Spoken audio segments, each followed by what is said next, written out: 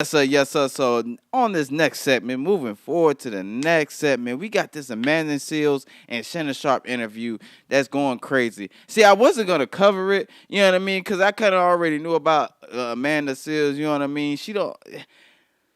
Amanda Seals a little bit of a jerk to me. You know what I mean? Just to go to say that, you know, I saw a couple of interviews where people talked about her, mentioned her. You know what I'm saying? Where she said some pretty outlandish things, and and according to the acting industry and that community, she's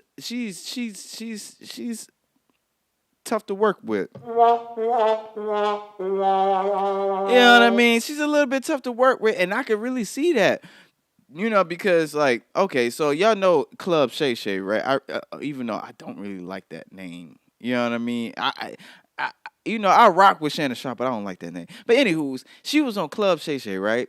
You know what I mean? And most of the people that go on Club Shay Shay, Shannon is conversational type of guy. You know what I mean? He's not really argumentative or super debatable or super disagreeable. He lets you say what you got to say. Point out the things that you need to point out. On that show. You know what I'm saying? So she out of all people, out of all the people that been on there, you know what I mean? All the people that been on that show, she is one of the first out of all the people that been on that show to get Shannon Sharp to be disagreeable. Oh my God! What? Yeah, she get 3 buttons. She get 3 buttons on that one, bro. I'm watching it, and it was like the first 10 minutes, yo. The first 10 minutes. Okay, but like, so this is where the little reaction play come in, because she was talking about the reason why people have such a hard time working with her, you know what I mean, is because she has Asperger's, you know what I mean? Oh my God! I'm gonna be quite frank with you all. You know what I mean? I'm gonna let the clip run, but I'm gonna be quite frank with you all. I've met a bunch of people in the entertainment world, you know what I mean, doing poetry and music that had Asperger's and that were actual artists. You know what I mean? And they act nothing like that. I know that's complete anecdotal, but I understand, like, when people with Asperger's are very, very different. You know what I'm saying? And they are different. They act kind of weird. You know what I'm saying? Like, they have their own way of being. And we all are weird in our own little way. Like, hell, I'm weird. You know what I'm saying? I ain't really got a whole lot of room to talk. You know what I'm saying? But, you know what I mean? Like, but the people that I've, that I've met and I work with, as far as like entertainment is concerned, you know what I'm saying? Like, they don't act like that. They're not difficult to work with. Most people with Asperger's, they pretty to the point. You know what I'm saying? Pretty logical people. They have their little weird little set of ways because they on the spectrum, right? You know what I'm saying? But it's not like, it's not tough to work with. They're actually pretty cool people, down to earth people. Shouts out to people on the spectrum. You know what I'm saying? They're actually really cool people to be around, man. They're actually really cool people to be around. You know what I mean? I did a little thing with my ex, to kind of big up and to shine a light on people on the spectrum, kids growing up in the spectrum. You know what I'm saying? Because they need that light too. They need that shine too. You know what I mean? Pretty intelligent, people. You know what I'm saying? So, with that, I'm gonna let you play. I'm gonna let you see this clip. If for those of y'all that's listening, you know what I mean, listening, you got the vocals and everything. I'm pretty sure you can follow along. People that's watching, yo, check this out as well. You know what I'm saying? Like, this is what I'm talking about, yo. Look, I'm gonna continue reacting. This is what I'm talking about. Check this out.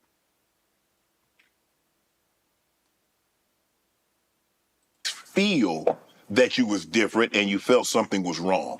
Well, what's today? Today is Thursday, the 18th. So 42 and however many days until I was just recently diagnosed. Okay. And this came out of this situation because so many Black women who are autistic said to me, I see you. You need to. And I've always thought, you can look at other interviews.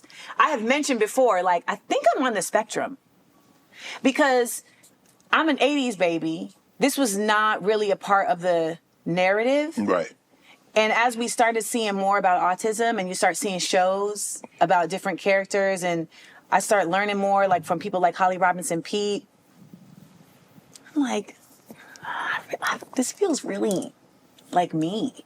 But then, you know, I think sometimes we're afraid to learn certain things. Yeah. So 60s and 70s babies just got whipped and put to bed.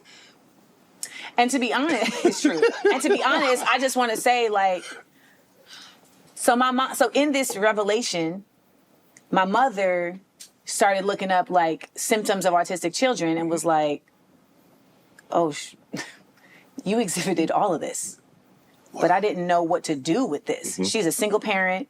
She's trying to figure it out. But I really just thank my mom because what my mom couldn't show up for me emotionally. You see what I'm saying? You see what I'm saying?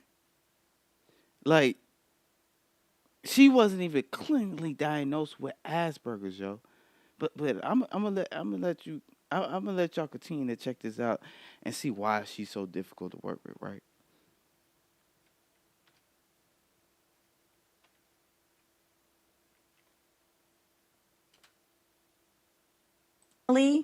I realized that she was able to, at the very least, that's not even fair to say, she was able to still let me be who I am instead of beating it out of me. Right. Which happens to so many kids who are misunderstood, you know? Like, and she's West Indian, La Japal Grenada Massive. And so, like, I'm over here being this precocious, you know, loquacious child that's always talking. And they're telling her, like, why you letting her just do all this talking and all of that? Why she's too fresh? She too fresh. Why you doing all? Why you letting her just run she mouth so? And my mom is like, that's Amanda. Like, let her live. Right. And most, let's be real, most parents. That wasn't happening. No. Shut it up. Mm-hmm. If my father had lived with me, I would never have been the person I am now. Because he wouldn't have been able to handle it. And I believe that he is autistic too. He's because he's brilliant. Right. He's just, he was never seen the way he needed to be seen. And so it turned into narcissism. But you can be brilliant without being autistic though, right? Hell yeah. Okay. 1000%. Okay. Absolutely. But just because I'm both. But I'm gifted and autistic. Yes, but Amanda, sometimes, you know, just because you have a special gift, that doesn't mean that, you know, you have a spectrum or you have just because you see things differently, it doesn't mean that you're on the spectrum or you. This isn't related to simply how I see things. This is related to how my brain functions. Yes. But just because your brain functions differently from, say, mine. Yes. So you feel just because your brain functions differently that's what caused it, or there's a clinical diagnosis that there are clinical diagnoses for you. Yes, there are clinical diagnoses for autism. Yes. Yeah, I know. When you take the tests, when you take the test, you're like, hold up, this is. I've been thinking my whole life what test, that this was a problem. Mm-hmm. Like the fact that I have to doodle, I have to draw all the time. I have to be doing things all the time to be stimulated. It's literally called stimming. Okay. Like the fact that when I'm a baby, I have to rock, like in a child pose, like literally rock. And my mom would be like, why is she doing that? We find out later, this is stimming. This is her literally dealing with her anxiety in a self-soothing way. Okay. The fact that even little things like, if there was a bowl of peanuts right here, I would be lining them up in a row.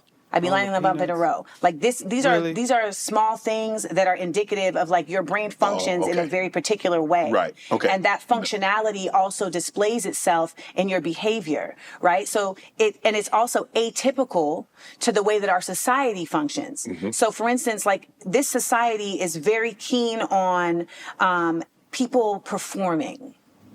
There's all this phoniness all the time, yes. right? Yes. And when you are autistic, you literally are unable to even catch these certain social cues. There have been twice in my life where I was in a fight and I didn't know I was about to be in a fight. Because I social cues. Because I just didn't understand the social cues. Right. I literally didn't understand what was happening. Okay. You know, I'm thinking like, they said come outside and I'm like, what's up? And then I get punched in the fucking face. For the record, I won the fight. You let her get up. She got up first and you still won? Yes, sir. Damn. You got squabble skills like that? I have rage. I have rage. I'm very strong, like freakishly. You single? I think she Yes. took it, Smith. You want to talk about it? Nah. And we're gonna talk about it later. So let me ask you this. So there were a lot of parent-teacher conferences with you, huh? Yes, but not for what well, what do you think they were about? Your excessive talking, Here, maybe the here's doodling. the point. Funnily enough, no. You know what the parent-teacher conferences were about? Here's the point where Channa start getting disagreeable with her because she starts saying some real outlandish stuff. So it's already outlandish about the whole Asperger thing, but it's like yo, okay, like come on, man, come on, you ain't even clinically diagnosed, dog. You not even clinically diagnosed. This is what I call her here, the queen of unaccountability. You know, like I'm not trying to throw Daphne in there. Shouts out to Daphne, you know what I'm saying? Shouts out to Daphne. You know what I'm saying? But this you know what I mean? You know what I mean? I'm not throwing Daphne under the bus, but this is if Daphne had an evil twin, this is her. This You know what I'm saying? The queen of unaccountability. You just diagnose yourself Asperger's without actually going to a mental health doctor and taking the test. Really? But look, check this out. This is where Chandler starts getting disagreeable with her because he's already in his head. Like, he's already in his head like, yo, this lady is, something's wrong with her for real. And I don't think it's Asperger's, you know what I'm saying? I don't think it's Asperger's. Anywho, come on, we're going to continue. About What? Amanda is sticking up for other kids in the class. Amanda is correcting me. Like I had a teacher, Miss Schwenk, who called a conference because she was talking about Aboriginal art. Mm-hmm. And she said that she stood in front of the class and said, that the Aborigines are a Stone Age people. And I was like, ma'am, there are Aboriginals alive right now. Like, they are a part of civilization. Like, what are you talking about? And she's like, well, no, what I mean is that they've never advanced. And we're in a classroom in Orlando, Florida. So, like, if we don't check this type of stuff, it's going to just continue. So I was that student. Like, I was the kid who was always raising my hand and just wasn't easily appeased by simply just someone being an authority. Right. And I love this because when she called my mom and said, I'd like to set a conference up because I have some complaints about Amanda. My mom said, well, that's interesting because Amanda has some complaints about you. And so they came to the meeting. It was my mom and Mr. Wright and Miss Cersei. It's all black people at Dr. Phillips High School in Orlando, Florida. And this lady sat there and actually you and Mr. Wright had the same build. And Mr. Wright was like, all right, so, we're here to discuss Amanda disrupting the class with her talking. And she was like, no, Amanda doesn't disrupt the class with her talking. She actually helps the other students out. He's like, oh, okay. So is it about her grades? And she's like, actually, no. One of her art pieces is featured in our exhibit at the library. He's like, so what are we here for? And she's like, well, she corrects me in front of the class. And these three black people are like, here we go with this racist bullshit, because that's really what it is. We're in Florida in the 80s and the 90s. And But let me ask you this. Okay. She's not even old. Do you think she would have felt like 40 equally as offended if a white kid, because I'm assuming this teacher was white, right? Mm-hmm. If a white child would have corrected her, I think most teachers would feel some type of way if a child corrects them. That's not for me to surmise. I'm just saying that my experience was this lady giving wrong information. Yeah. And I'm allowed to correct her. Now, this is the same lady who tried to accuse me of stealing. And when a white girl said, no, Amanda didn't steal it, I did. She was like, well, I think both of you need to go to the principal. Right. I'm in Orlando, Florida, which is a notoriously racist state, Florida, in the 90s. And I'm talking to you about a white woman who is speaking about black people, indigenous people in a country where those same indigenous people have had all of their land taken from them by former criminals that were sent there from England. And she is calling them Stone Age people. And I, as a black girl, the only black girl in her class, am correcting her. But my thing is, you're right.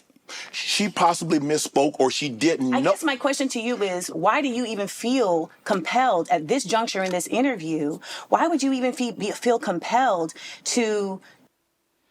Like, you see what I'm saying? You see what I'm saying, bro? Like, like she started bringing black activism up when we were not even talking about that. He just simply said, it's usually frowned upon when a student disrupts a class to correct a teacher. Because there's many different ways of going and correcting a teacher. You know what I mean? Like, I've done that shit. I've corrected a teacher in a class, or I popped off on a teacher. And, you know, I was kind of wrong in that sense, because there's better ways of doing things. You know what I'm saying? I know that now than I did then. You know, I'm a kid, though. You know what I mean? And that's what he was alluding to, that, you know what I mean, kids sometimes overreact on things. And she was overreacting, meaning she was being rude, because there's better ways of handling certain things. You know what I'm saying? But here she go, bringing this whole activism thing, like he ain't for his people. You know what I mean? Like, I don't know Shannon Sharp personally, so, but I know me, like, you know what I mean? Like, I'm black too, so you don't think I went through the same thing? And he's older, so he more so went through it than she did. You know what I'm saying? The fact that she felt the need to bring up that activism, you know what I'm saying? To just to get away from, you know, from taking accountability. And that's mostly what this is. So I'm gonna let y'all continue watching. I'm gonna let y'all continue. I got y'all. Here's where the disagreement comes. Try to because I'm not defending, but my thing is that what I'm trying to say, most adults, when kids correct them or speak, feel some type of way. This is not unique to a black, white, or white, black. Okay. That's all I'm saying. Okay. I'm sorry that you took it that way. But I remember when I was growing up, my grandparents and parents said, hey, kids, stay in your place. Adults are speaking. That's all. Maybe that didn't happen where you were from in Orlando, Florida. But where I grew up, when I grew up, kids did not correct adults. Right. So I apologize if you thought it came off as combative. No problem. Let's get into your acting. You've been at this game for a long time. You started in 1993 as a child actor. Was that something that you always wanted to do? Not that I always wanted to do. I mean, I started dance very, very young. And I'm going to just leave it here. You know what I'm saying? I'm gonna just leave it here at this point right here, because yeah, he had Shannon Sharp being like disagreeable, and as it, you know, as the interview progressed, I'm gonna actually leave the link below for you all to go check that interview out, because of course Shannon Sharp's interviews be about 3 hours long, because he's actually getting into people's lives. You know what I mean? Which you know, kind of goes into like my interview style, which y'all will soon see in the near future. You know what I mean? When season 3 gets started, because like I said, it might be at the end of season 2, but probably more so in season 3. You know what I mean? I'm working some things out. But, you know what I mean? So he actually dig into people's lives. He actually does his research. Him and his team actually does the research. He asks, you know, the right questions. You know what I mean? So it gets real deep, about 3 hours long. But as the show progressed, he started getting more and more disagreeable, because a lot of the things that she was saying was super outlandish. And that's, you know, I come to the conclusion. I'm like, yo, it's official. She's really an asshole. Because out of everybody that been on the Shannon Sharp show, you know what I mean, it hasn't been that level of disagreement. It never was that level of disagreement. And that show been out now for about a little over a year now. It's been out now for about a little over a year. And the fact that you know, you come to a certain point, this one person out almost 2 years almost 2 years, right? Almost 2 years. He haven't been at that level of disagreement. And now, if you heard Shannon Sharp, ask questions or say some jokey type of things, like, come on, man, you don't think that, do you? Really? You know what I mean? But to the level of him actually having a small debate with you, yo, that's crazy. Oh my God! That's how I know she a jerk. That's how I know she a jerk, and she's really tough to work with. Cause I guarantee you, as soon as you call her out on something, or as soon as you ask her to do something small, it's a problem. It's a problem. But then she'll try to, but I try to be cool with you and I try to do this, because she started talking about all that in the interview. You know what I'm saying? And I believe every last bit of that. I believe her side and I believe the industry side, because it's like, Jesus, like, what the hell is wrong? Is you okay? You are not, because that's not Asperger's. That's why I got offended at, because you blame all that as for being or having Asperger's. You know what I'm saying? And you do not have that. You show no characteristics of Asperger's. You maybe because some people are weird like that. Like, I'm literal sometimes. I'm very literal sometimes. Like, I'm really to the point. You know what I'm saying? Do I have Asperger's? No, I'm just a super logical person. You know what I'm saying? You know what I mean? Like, sometimes I get too much in my feelings. You know what I mean? I have a little bit of a balance, but like, sometimes I can get on my polarities. I'll be over emotional about stuff. I defeated that pat on my back. Shouts out to that. You know what I'm saying? Shouts out to that. But you know what I mean? Like, I used to be overly emotional, but now, I've grown into myself and I'm way more logical, but I always have taken things super literal. You know what I'm saying? And that's just what it is. That's just what it is. There's nothing. I don't have Asperger's or no crazy shit like that. I'm not gonna sit there and take me overreacting on things. That's just my Asperger's. That's just my Asperger's. Emotional. She just don't like to be held accountable, and that's just what it is. She a jerk. She's an asshole. You know what I'm saying? Like, I'm not trying to downplay her, but when I watched that whole interview, I was just like, yo, she's a jerk for real. She a jerk. It's confirmed. Like, I've seen a lot of people cover her, and I've seen a lot of interviews, and I'm like, yo, no, she's really a jerk. She's really a jerk. Shannon Sharp, out of all people, you got him debating you like that?